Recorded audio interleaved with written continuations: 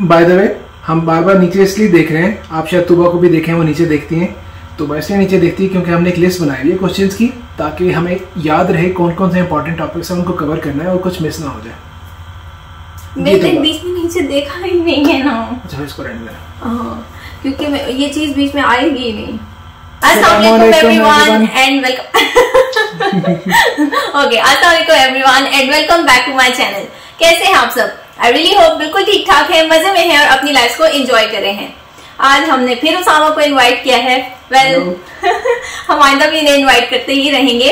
आज हम इनसे बात करेंगे जॉब से रिलेटेड, जो कि बहुत ज्यादा रिक्वेस्टेड था और बहुत सारे मुझे क्वेश्चंस जो है ना वो अब आ रहे हैं कि आप जॉब से रिलेटेड डिस्कशन करें कि किस तरह से आप लोगों को जॉब मिली है और क्या सिचुएशन रही है आप लोगों के साथ। तो आज हम, क्योंकि मैं अभी तक सिर्फ पार्ट टाइम जॉब कर रही हूँ, तो मेरा एक्सपीरियंस जो है वो इतना ज्यादा नहीं है, मतलब मैं इतनी ज्यादा एक्सपोज्ड नहीं रही यहाँ की जॉब मार्केट को। तो हम उसामा से बात करेंगे, इनसे पूछेंगे कि इनका क्या एक्सपीरियंस रहा है और बहुत सारे क्वेश्चन जो आप लोगों ने मुझे किए हैं उनका आंसर जो है वो हम ढूंढेंगे आज मिलके। सो हाँ जी। तो सबसे पहले तो आप मुझे ये बताएं कि आपकी जॉब की फील्ड क्या है। बहुत अच्छा सवाल है कि मेरी जॉब है क्या है। तो पाकिस्तान में, दैट इज़ कनाडा में आने से पहले पाकिस्तान में मैं एक डेयरी इंडस्ट्री में काम कर रहा था। डेयरी इंडस्ट्री में काफ़ी सारी जॉब्स होती हैं। मेरी जॉब थी मेंटेनेंस इंजीनियर की, जिसको फील्ड सर्विस इंजीनियर भी कहा जाता है। तो मेरी जॉब ये थी कि मैं साइड टू साइड जाता था और मैं डेयरी और जूस बनाने वाला जो इक्विपमेंट होता है उसको इंस्टॉल करता था, उसकी मेंटेनेंस करता था, प्रोजेक्ट्स वगैरह पे काम करता था, अपग्रेड्स पे काम करता था। मेरा काम मैकेनिकल भी था और किसी हद तक इलेक्ट्रॉनिक्स या ऑटोमेशन से रिलेटेड भी था। तो ये था मेरा जॉब फील्ड पाकिस्तान में कनाडा में आने से पहले। मेरे पास तकरीबन 4.5 साल का एक्सपीरियंस था उस कंपनी में काम करते हुए, और वो एक मल्टीनेशनल कंपनी थी। ओके, तो अब सेकंड क्वेश्चन की तरफ चलते हैं। तो बहुत सारे लोग कहते हैं कि जॉब जो है वो होनी जरूरी है, आपके पास जॉब ऑफर लेटर होना जरूरी है। तो आप ये बताएं कि यहाँ आने से पहले क्या आपके पास जॉब ऑफर लेटर था या जॉब थी आपके पास कनाडा में आने से पहले? तो जी, आपको जो लोग कहते हैं कि यहाँ पे आने से पहले आपके पास जॉब लेटर होना जरूरी है, वो सही भी कहते हैं और गलत भी कहते हैं। अगर आपके पास यहाँ पे आने से पहले जॉब लेटर होगा तो आपके लिए यहाँ पे सेटलमेंट उतनी ही ईजी होगी। हैविंग सेड दैट, ये ज़रूरी नहीं है कि आपके पास यहाँ पे आने से पहले जॉब ऑफर हो। मेरे पास नहीं थी। मैं जब यहाँ पे आया था, यहाँ पे आने से तकरीबन 2 या 3 दिन पहले मैंने अपनी जॉब से रिज़ाइन किया था पाकिस्तान में जहाँ पे मैं काम कर रहा था। और जब मैं यहाँ पे आया था मेरे पास कोई भी जॉब प्रॉस्पेक्ट्स नहीं थे। यहाँ पे आके मैंने ज़ीरो से स्टार्ट किया, जिसे कहते हैं स्टार्टिंग फ्रॉम स्क्रैच। तो आपके पास यहाँ पे आने के लिए जॉब ऑफर होनी ज़रूरी नहीं है। अगर आपके पास जॉब ऑफर होगी तो बहुत अच्छी बात है। इससे ज़्यादा लकी बहुत कम लोग होंगे जिनके पास जॉब ऑफर होती है और वो यहाँ पे आते हैं, क्योंकि यहाँ किसी भी नई जगह पे जाके सेटल करते हुए आपको बहुत सारी टेंशन्स होती हैं कि फ़लाँ काम कैसे होगा, फ़लाँ काम कैसे होगा। अगर उन कामों की लिस्ट में एक चीज़ भी कम हो जाए तो you should count yourself lucky. So अब नेक्स्ट जो इम्पोर्टेंट क्वेश्चन आ जाता है वो ये है कि जॉब ढूंढना कितना मुश्किल काम है यहाँ कनाडा में। लाइक यहाँ आने के बाद क्या स्ट्रगल होती है जॉब से रिलेटेड और आपको क्या स्ट्रगल्स फेस करनी पड़ी? तो भाई और बहनों, कनाडा दुनिया में बाकी हर जगह की तरह उतना ही यहाँ पे मुश्किल है जॉब ढूंढना जहाँ जितना बाकी सारी जगहों पे है। अगर आपने कभी भी कोई जॉब हंट की है बगैर किसी सिफारिश और बगैर किसी रेफरेंस के, तो आपको ऑलरेडी पता है कि मैं किस चीज़ की बात कर रहा हूँ। तो यहाँ पे भी एग्जैक्टली उतना ही मुश्किल है। ऑन टॉप ऑफ दैट, यहाँ पे रेफरेंस कल्चर बहुत ज़्यादा है। आप किसी भी जगह पे ऑनलाइन अप्लाई करते हैं तो उसके अंदर एक अदद फील्ड ज़रूर होता है कि हमारी कंपनी में किसी काम करने वाले बंदे को अगर आप जानते हैं तो उसके बारे में हमें बताएं। और शायद आपको ये बात पता हो या ना हो, आप कहीं भी जब अपनी ऑनलाइन एप्लीकेशन सबमिट करते हैं, चाहे लिंक्डइन पे करें, ईमेल करें, किसी वेबसाइट पे जाके करें, आपकी एप्लीकेशन किसी भी HR वाले बंदे के हाथ में पहुंचने से पहले एक कंप्यूटर सॉफ्टवेयर के थ्रू गुजरती है। और वो कंप्यूटर सॉफ्टवेयर को HR ने खुद सेट किया होता है कि उसने रेज्यूमेस के अंदर क्या क्या चीज़ें देखनी है। कुछ कीवर्ड्स होते हैं, कुछ एस्पेक्ट्स होते हैं कि उन्होंने लिखा होता है कि अगर हमें इस टाइटल या इस फील्ड की या इस रोल के लिए बंदा चाहिए तो उसकी रेज्यूमे में क्या क्या चीज़ें होनी चाहिए। तो यही एग्जैक्ट चीज़ें पाकिस्तान में भी कंपनीज यूज़ करती हैं, पूरी दुनिया भर में यूज़ करती हैं। तो आपकी जो स्ट्रगल होती है वो एक ऐसे अननोन एनिमी के साथ होती है जो कि वो सॉफ्टवेयर होता है कि वो आपकी रेज्यूमे को आगे जाने देगा भी या नहीं। तो ये चीज़ें आपको टाइम के साथ साथ ही अंदाज़ा होता है कि मैं क्या करूँ तो मेरी रेज्यूमे आगे जाएगी। इन माई केस मुझे जिस चीज़ ने हेल्प की, और तुबा को भी, यहाँ पे न्यू कमर सेंटर वालों ने हमें आते ही एक लिस्ट दी अपकमिंग प्रोग्राम्स की, दैट इज़ प्रेजेंटेशंस की और सेमिनार्स की। उनमें एक ये भी था कि आपने अपने रेज्यूमे को कैनेडियन स्टाइल या कैनेडियन फॉर्मेट पे कैसे बनाना है। तो उन्होंने हमारी बहुत ज़्यादा हेल्प की। आप लोग भी जब यहाँ पे आएँ तो उनसे ज़रूर रब्ता करें, उनकी सारी सर्विसेज फ्री ऑफ चार्ज हैं। हम लोग आपको शायद पहले भी इस हवाले से गाइड कर चुके हैं कि न्यू कमर सेंटर बहुत ज़्यादा हेल्पफुल है। तो उन्होंने मेरी रेज्यूमे देखी, मुझे उन्होंने पॉइंटर्स दिए कि तुम्हारी रेज्यूमे के अंदर क्या क्या कमी है, तुम इसको किस तरह से इम्प्रूव कर सकते हो। और जब मैंने वो किया तो मुझे फिर कुछ रिस्पॉन्सेज में कुछ पॉजिटिव डिफरेंस नज़र आने लग गया। Okay, so moving on to our next question, आप मुझे ये बताएं कि आपको अपना फर्स्ट इंटरव्यू मिलने में कितना टाइम लगा था? बहुत ज़्यादा टाइम मेरे हिसाब से था, क्योंकि मैं रोज़ाना एटलीस्ट 10 से 15 जॉब्स के लिए अप्लाई कर रहा था। उसके बावजूद मुझे मेरा पहला इंटरव्यू जो कि मेरे अपने फील्ड में था वो मिलने में तकरीबन 1.5 माह लग गया था, दैट इज़ 45 डेज़, और that was not even successful. तो आप ये चीज़ अपने जहन में रख के आए कि जॉब ढूंढना यहाँ पे मुश्किल है। ना सिर्फ मुश्किल है, कोविड की वजह से मज़ीद मुश्किल हो गया है। जिस जॉब के लिए पहले लेट से 1000 लोग अप्लाई करते थे, कोविड के बाद अनफॉर्चुनेटली इतने सारे लोगों ने अपनी जॉब्स लूज़ की हैं कि अब वो नंबर 1.5 से 2 टाइम्स हो गया है। तो ये चीज़ आप अपने जहन में रख के आइए कि पहले जितना भी आपको मेहनत करनी थी अब आपने उससे ज़्यादा मेहनत करनी है, बिकॉज जॉब मार्केट उतनी ही ज़्यादा कंपेटिटिव हो चुकी है। ऑल्सो लाइक यहाँ पर ये मेंशन करना ज़रूरी है कि पाकिस्तान में होते हुए भी उसामा काफ़ी सारी जॉब्स के लिए ऑलरेडी अप्लाई कर रहे थे डेली। बिल्कुल ऐसे ही है। मैंने मार्च से जॉब्स के लिए अप्लाई करना स्टार्ट कर दिया था। हम लोग यहाँ पे जुलाई में आए थे और वहाँ से तो कोई रिस्पॉन्स नहीं आता था, ज़ीरो। बस मुझे किसी भी जॉब के लिए जिसके लिए मैं अप्लाई करता था उसके 2-3 हफ्ते बाद एक ईमेल आ जाती थी, we regret to inform you that we have decided to move forward with other candidates, और हमें यहाँ पसंद नहीं है।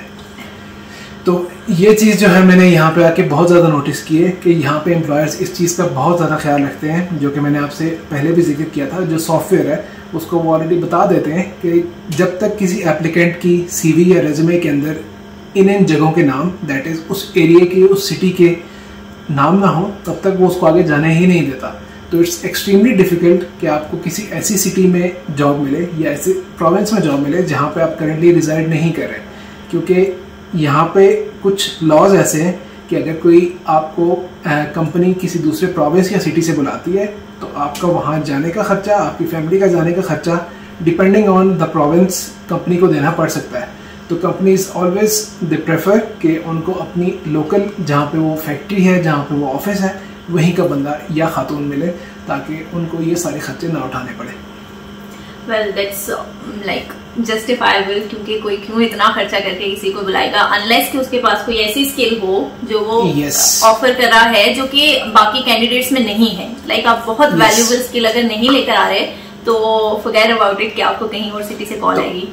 ये बात जो तुबा ने बोली है ये बहुत इंपॉर्टेंट है। अगर आप अपनी जॉब या स्किल में इतना एक्सेल करते हैं कि आपको एम्प्लॉयर इवन ये भी कंसिडर करेगा कि आपको दूसरी कंट्री से बुला ले। मेरे दोस्त हैं, मेरे जानने वाले हैं जिनको पाकिस्तान में बैठे बैठे यहाँ पे ना सिर्फ जॉब मिली थी, विदाउट इमिग्रेशन उनको उनकी कंपनी जिसके लिए उन्होंने अप्लाई किया था उन्होंने इवन वर्क वीज़ा के लिए भी अप्लाई किया था। अगर आप लोगों में से किसी के अपने साथ या किसी जानने वाले के साथ ये हुआ तो आपको अंदाज़ा होगा हाउ हार्ड इज़ इट किसी भी कंपनी के लिए कि किसी बाहर से बंदे को बुलाया जाए। यहाँ पे लेबर मार्केट के लॉज इतने सख्त हैं कि जब तक कंपनी ये बात इंश्योर नहीं कर लेती कि लोकल मार्केट से उसको उसकी मर्जी का रिक्वायर्ड कैंडिडेट नहीं मिल जाता, सिर्फ और सिर्फ तब उसको अलाउ किया जाता है कि वो किसी बाहर वाली कंट्री से कैंडिडेट को बुलाए। तो अगर आपको ही बहुत ही 30 मार खाना है तो ऑफ कोर्स आपको टेंशन लेने की ज़रूरत नहीं है, आपको यहाँ पे आए बगैर भी जॉब मिल जाएगी। मैं क्योंकि एक सादा सा बंदा हूँ, नॉर्मल बंदा हूँ, नॉर्मल तो नहीं कहूँगा, रेगुलर और एक नॉन स्पेशल स्किल सेट वाला बंदा हूँ, तो मुझे वही सारी स्ट्रगल्स फेस करनी पड़ी जो मेरे साथ के मेरे कोलीग्स या मेरे फ्रेंड्स जो कि मेरी ही तरह की जॉब कर रहे हैं उनको भी फेस करनी पड़ेंगी और पड़ती हैं। ओके, सो मैं नेक्स्ट क्वेश्चन देख लूँ। सो अच्छा, अब आप ये बताएं कि कितने इंटरव्यूज जो हैं वो आपको देने पड़े थे अपने सारे जॉब हंटिंग के प्रोसेस में? तो जी तकरीबन मैंने कोई 4 या 5 इंटरव्यूज़ दिए थे। हम लोग यहाँ पे जुलाई के मिड में आए थे और मेरी जो प्रेजेंट जॉब है ये इसको मैंने स्टार्ट किया था 19 अक्टूबर। तो अगर आप उस हिसाब से अंदाज़ा लगाएं तो अप्रॉक्सीमेटली अगस्त, सितंबर, अक्टूबर। तो हमें 3 मंथ्स लग गए मुझे जॉब ढूंढने में। उस अरसे में मैंने तकरीबन कोई 5 इंटरव्यू दिए थे, क्योंकि आजकल कोविड का ज़माना है तो सारे के सारे इंटरव्यूज़ मोस्टली ऑनलाइन ही होते हैं। कुछ कंपनीज़ ने तो इवन वंस अगेन जिस सॉफ्टवेयर का मैं जिक्र कर रहा था उसी की एक एडवांस फॉर्म है कि जब सॉफ्टवेयर आपको क्लियर कर देता है अपनी तरफ से, तो फिर सॉफ्टवेयर ही एक वीडियो लिंक जनरेट करता है आपको कि आपको कुछ क्वेश्चंस दे दिए जाते हैं और आपको कहा जाता है कि इनके रिस्पॉन्सेज एक वेबसाइट पर जाएँ और वहाँ पर रिकॉर्ड कर लें। जब आप वो रिकॉर्ड कर लेते हैं तो फिर वो किसी रिक्रूटर या किसी ह्यूमन के पास जाते हैं, वो उसको रिव्यू करते हैं। तो इस तरह के सारे इंटरव्यूज़ को अगर मैं काउंट करूँ तो मैंने अप्रॉक्सीमेटली 5 इंटरव्यूज़ दिए थे, और इनमें से एक इंटरव्यू उससे नेक्स्ट स्टेज पे भी प्रोग्रेस किया था जहाँ पे मैं इन पर्सन जाके मिला था, लेकिन ओवरऑल मैंने 5 इंटरव्यूज़ दिए थे और ये सारे के सारे कैलगरी के लिए थे। कोई एक भी मुझे कॉल किसी दूसरी सिटी से नहीं आई, इवन दो मैं उन्हीं जॉब्स के लिए अप्लाई कराया था जिनका मेरे पास प्रीवियस एक्सपीरियंस है। उसके बावजूद हम लोग क्योंकि कैलगरी में थे, मुझे कैलगरी के बाहर से एक भी जॉब कॉल नहीं आई। ओके, अभी आपने जिक्र किया कि लाइक आपके इंटरव्यूज जो हैं वो स्टेप वाइज हुए थे, तो इन्हीं लाइंस पे मेरा नेक्स्ट क्वेश्चन ये होगा कि हायरिंग प्रोसेस की क्या प्रोसीजर होता है, क्या स्टेजेस होते हैं और कितना लंबा ये प्रोसेस होता है? ये जी सिटी टू सिटी वेरी करेगा और जिस जॉब के लिए आप अप्लाई करें उसके लिए वेरी करेगा। मेरे केस में मेरा पहले इंटरव्यू से लेके जिस दिन मैंने ज्वाइन किया था, इट वॉज अराउंड 1.5 मंथ। उस मंथ के अंदर मेरे 3 इंटरव्यूज हुए थे, उनमें से 2 जो थे वो मैंने ऑनलाइन दिए थे, दैट इज़ वीडियो इंटरव्यू थे, और इसके अलावा 2 जो थे, एक जो था वो इंटरव्यू था और दूसरा बेसिकली क्योंकि उस पॉइंट पे मुझे ऑलरेडी सिलेक्ट किया जा चुका था, मुझे बेसिकली साइट पे एक टूर दिया गया था, तो उसको मैं इंटरव्यू नहीं काउंट करूँगा। तो इंटरव्यूज़ मेरे 3 हुए थे इस 1.5 माह में और एक मेरा साइट विजिट था। कुछ फील्ड्स में, जैसे अगर मेरी फील्ड की बात की जाए तो आपके एक टेक्निकल इंटरव्यू का राउंड भी हो सकता है, जिसमें फॉर एग्जांपल अगर आप सॉफ्टवेयर के हैं तो आपसे कोडिंग वगैरह जो है वो करवा सकते हैं या आपको कोई कोडिंग चैलेंज दे सकते हैं। तो ये चीजें आपने जहन में रखनी है कि लाइक एक फेज जो है वो और ऐड हो जाएगा, एक स्टेप मजीद ऐड हो जाएगा, तो उसके लिए भी आपको तैयारी करनी पड़ेगी। अच्छा, इसी चीज के अंदर मैं एक और पॉइंट ऐड कर दूं। यहाँ पे कुछ जॉब साइट्स हैं, जिसमें पाकिस्तान में भी डिफरेंट साइट्स थी जहाँ पे नई जॉब्स आती थी, तो यहाँ पे एक लिंक्डइन है, एक इंडीड है और मॉन्स्टर है, काफ़ी सारी है। कुछ जॉब साइट्स पे ये होता है कि आप जैसे ही जॉब के लिए अप्लाई करते हैं आपको फ़ौरन एक ईमेल आ जाती है कि उस एम्प्लॉयर ने आपकी जॉब एप्लीकेशन के साथ ये चीज़ शर्तिया या कंडीशन रखी हुई है कि आप उसी वक्त एक ऑनलाइन टेस्ट को अटैम्प्ट करें और पास करें। तो डिपेंडिंग ऑन कि आप किस कंपनी के लिए और किस रोल के लिए अप्लाई करते हैं, एज तुबा सेड, आपसे एक टेक्निकल इंटरव्यू भी हो सकता है या इन सम केसेस साइकोलॉजिकल इंटरव्यू भी हो सकता है, तो ये भी पॉसिबिलिटी है। अभी आपने जॉब साइट्स का जिक्र किया, तो अब आप व्यूअर्स को ये भी बता दें कि लाइक क्या क्या तरीके हैं यहाँ पर जॉब्स को अप्लाई करने के, ऑनलाइन कौन कौन सी वेबसाइट्स हैं। वेल, लिंक तो हम डाल देंगे डिस्क्रिप्शन में एज यूजुअल, लेकिन स्टिल ऑडियंस सुनना चाहेगी कि कहाँ अप्लाई कर सकते हैं। देखें जी, बहुत सारे पोर्टल्स हैं। मुझे पर्सनली जिनका अंदाज़ा था और जिनका लोगों ने बताया था वो मॉन्स्टर जॉब्स थी, इसके अलावा इंडीड है यहाँ पे, और उसके अलावा जो सबसे बड़ा तरीका है वो है लिंक्डइन। इन सारी जगहों पे कंपनीज अपनी जॉब्स को पोस्ट करती हैं। इन सब केसेस कंपनीज खुद नहीं पोस्ट करती, लेकिन इनके मॉडरेटर्स डिफरेंट जॉब साइट्स पे क्योंकि सारा दिन चेक कर रहे होते हैं, उनकी जॉब ही ये होती है कि वो सारा दिन इंटरनेट पे चेक करें कौन कौन सी जगहों पे ओपनिंग्स हैं और वो अपने व्यूअर्स को वो एक ही जगह पे कंडेंस करके बताते हैं। तो अगर आपको इनके अलावा कोई और वेबसाइट्स मिलती हैं, अच्छी वेबसाइट्स मिलती हैं, तो आप उनको भी कंसिडर कर सकते हैं। मेरी जो प्रेजेंट जॉब है ये मुझे लिंक्डइन के थ्रू अप्लाई करने से मिली थी, तो I had success with LinkedIn. May be आपको किसी डिफरेंट फोरम पे सक्सेस मिले, लेकिन आप जितनी ज़्यादा फोरम्स पे जॉब्स देखेंगे आपके जॉब पे हायर होने के चांसेस उतने बढ़ जाएंगे, क्योंकि आपको रोजाना उतनी ज़्यादा अपॉर्चुनिटीज़ का पता चलेगा। वेल, इसके अलावा एक और रिसोर्स जो मैं आप लोगों को बताना चाहूंगी, यहाँ पर जॉब बोर्ड्स होते हैं, वेल हायरिंग एजेंसीज होती हैं, प्लेसमेंट एजेंसीज होती हैं। कुछ की लिंक्स मैं नीचे डाल दूंगी जो मुझे रेफर की गई थी न्यू कमर सेंटर के एक कोर्स की तरफ से। तो वहां पर सिर्फ आपने करना यह है कि अपना रेज्यूमे सबमिट करा देना है, एंड डिपेंडिंग ऑन के ओपनिंग्स हैं आपकी फील्ड में, तो वो आप लोगों को खुद रीच आउट करेंगे and they will try to place you somewhere. आपकी लाइक एक करियर काउंसलर होता है आई गेस, जो आपको रीच आउट करता है। आई थिंक तुबा ने जो पॉइंट रेज किया है उस पर मैं आपको थोड़ा सा बताऊं कि मुझे जो 5 इंटरव्यूज मिले थे उनमें से एक जॉब एजेंसी की तरफ से भी था। एक खातून थी जो कि अपनी एजेंसी चला रही थी और उनको डिफरेंट कंपनीज बेसिकली बताती थी कि हमें इस फील्ड का इन क्वालिफिकेशन और इन एक्सपीरियंस का बंदा चाहिए। सबसे अच्छी बात यह है, इन जॉब एडवाइजर्स कह लें, जॉब एजेंसीज वालों को अगर आप कंसिडर कर लें तो उनकी बात कर लें, इनकी सबसे अच्छी बात यह है कि जो बंदा अप्लाई कर रहा होता है, जो एप्लीकेंट होता है, उनको कुछ भी पे नहीं करना पड़ता। उनको जो भी पे कर रही होती है वो कंपनीज कर रही होती हैं, जिन्होंने उनसे कहा होता है कि हमें बंदे ला के दें, हमें एम्प्लॉयज़ ढूंढ के दें। तो आपको कुछ नहीं पे करना, वो आपके लिए बगैर किसी पैसे लिए काम कर रहे हैं। जिन खातून की मैं बात कर रहा हूँ, जो बेसिकली मुझे एक दूसरी प्रोविंस की पोस्ट के लिए बेसिकली परसू कर रही थी, BC की जॉब थी, ब्रिटिश कोलंबिया की। शी ट्राइड हर बेस्ट, लेकिन एज आई ऑलरेडी सेड कि उस कंपनी की सबसे पहली रिक्वायरमेंट यही थी कि उनको कोई लोकल बंदा मिल जाए, ताकि उनको बाहर से बंदा बुलाने पे और उसके आने पे जो खर्चा आ रहा है उसको अवॉइड कर सके। तो in the and they went with the local resource. तो ये भी होता है। अगला क्वेश्चन मेरा ये होगा कि जब तक आप अपनी जॉब हंटिंग कर रहे थे, उस दौरान में आप क्या कर रहे थे? कोई जॉब कर रहे थे या किस तरह से आप अपने आप को सस्टेन कर रहे थे? ये सबसे बड़ा तो मैं आपको कहूँगा, जब आप जॉब हंटिंग कर रहे हैं तो दुआ करें, क्योंकि कहते हैं ना, दवा भी करनी पड़ती है और दुआ भी करनी पड़ती है। तो दवा बेसिकली होती है वो कोशिश जो आप कर रहे होते हैं, दुआ वो हो रही होती है जो आप बेसिकली अपनी कोशिशों को कामयाब करने के लिए उम्मीद कर रहे होते हैं। तो क्वेश्चन क्या था दोबारा बताना? मैंने आपसे क्वेश्चन ये किया है कि आप जॉब हंटिंग के दौरान कोई जॉब कर रहे थे या नहीं कर रहे थे, और अगर नहीं कर रहे थे तो आप खुद को सस्टेन कैसे कर रहे थे?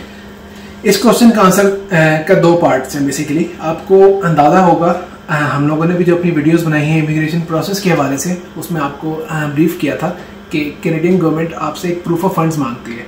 उस प्रूफ ऑफ फंड्स का मकसद यही होता है कि आप जब यहाँ पे आएंगे, गवर्नमेंट की बात समझती है कि कुछ अर्सा हो सकता है कि आपके पास कोई भी सोर्स ऑफ इनकम ना हो, तो वो जो फंड्स होते हैं वो आपसे कोई लेता नहीं है, वो आपके पास ही रहते हैं। They just to make sure कि आप जितना अर्सा भी आपको जॉब ढूंढने में लगे, आप अपने आप को और अपनी फैमिली को सस्टेन कर सकें। That is the exact reason कि आपकी फैमिली का साइज जितना बड़ा होता है, आपको वो प्रूफ फंड का जो अमाउंट होता है वो उतना ऊपर जाता जाता है। तो हमारे केस में, क्योंकि मैंने जिस तरह आपको बताया कि it took me around 3 months to find the job, तो हम अपने प्रूफ ऑफ फंड्स पे सस्टेन कर रहे थे।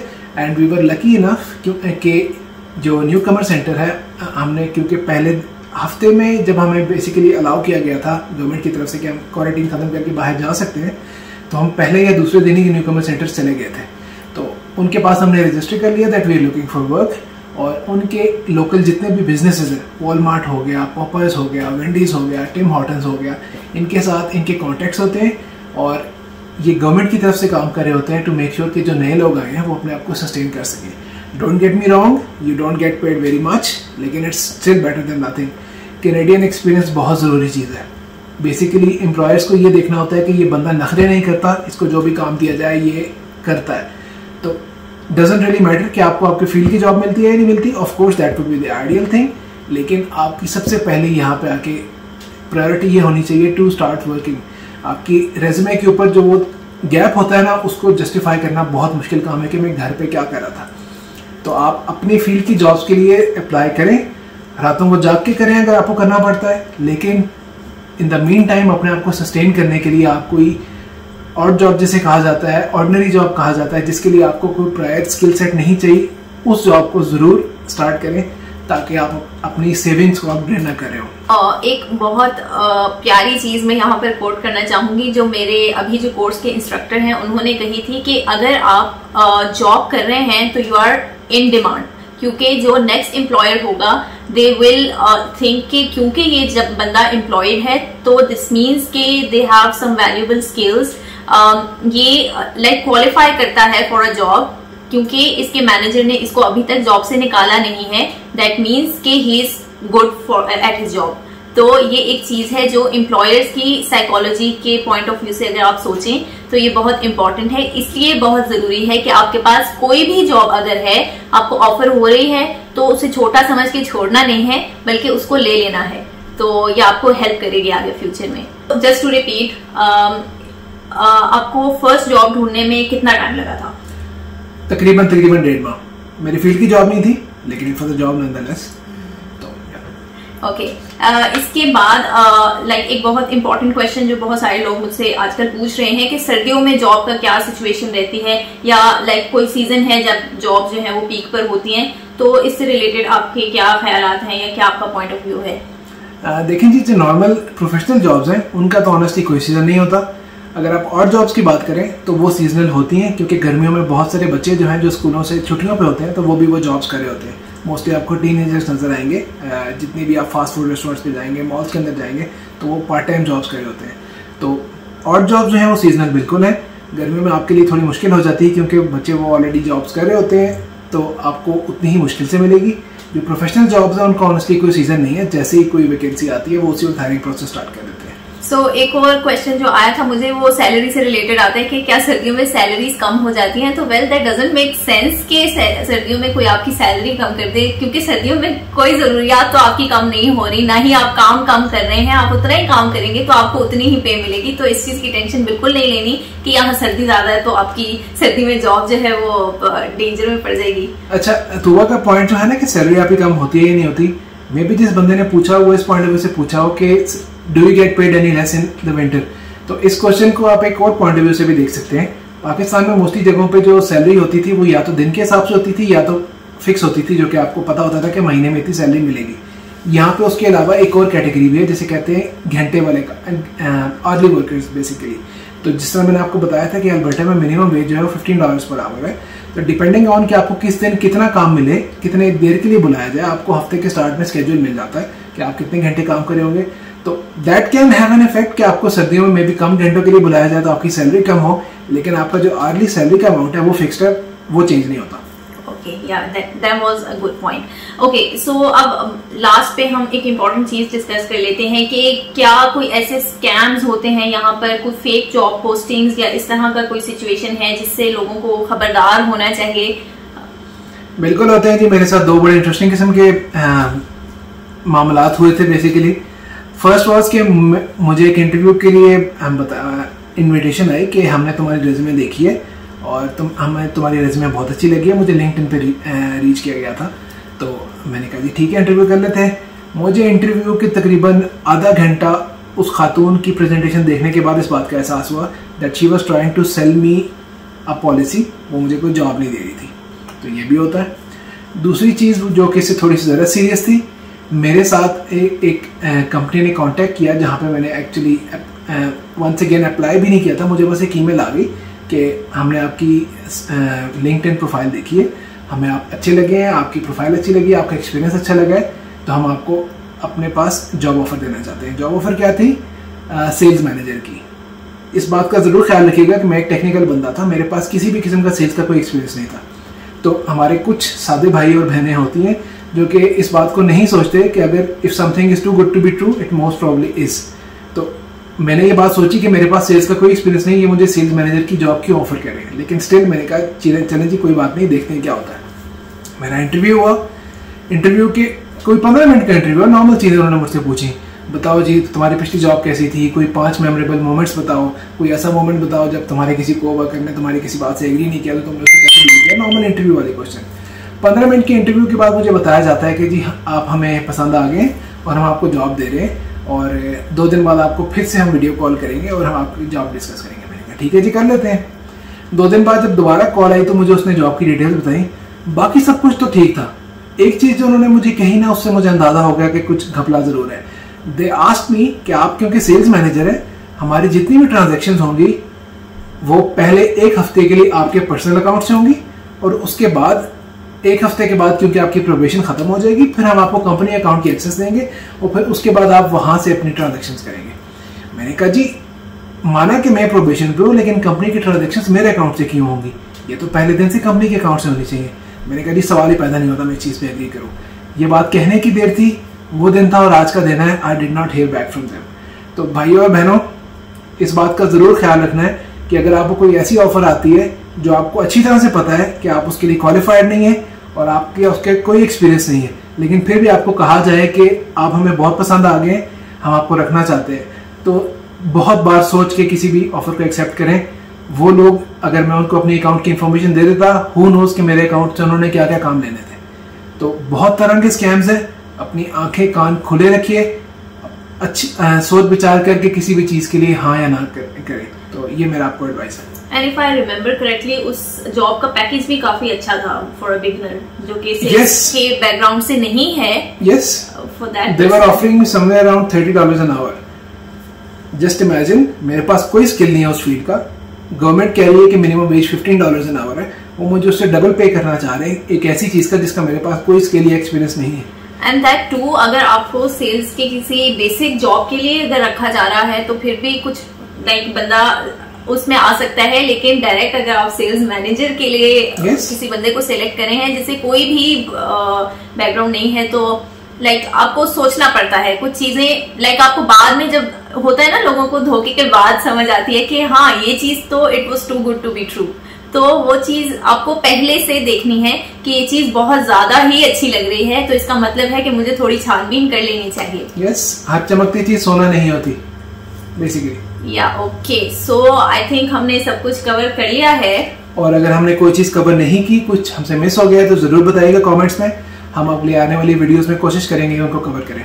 और सेकेंडली हमने FAQ की एक सीरीज क्रिएट की है जिसमें हम आपके इस तरह के क्वेश्चंस को आंसर करेंगे. तो अगर हमसे कुछ रह गया है तो we'll try to cover it in FAQ series. और इसके अलावा भी पिछली वीडियोस में अगर कुछ हमसे चीजें रह गई थी तो हम वो भी ट्राई करेंगे कि हम उन वीडियोस में इंक्लूड करें. तो आज की वीडियो आई थिंक यहाँ पर कंक्लूड करते हैं. आई होप कि ये काफी इन्फॉर्मेटिव रही होगी आपके लिए.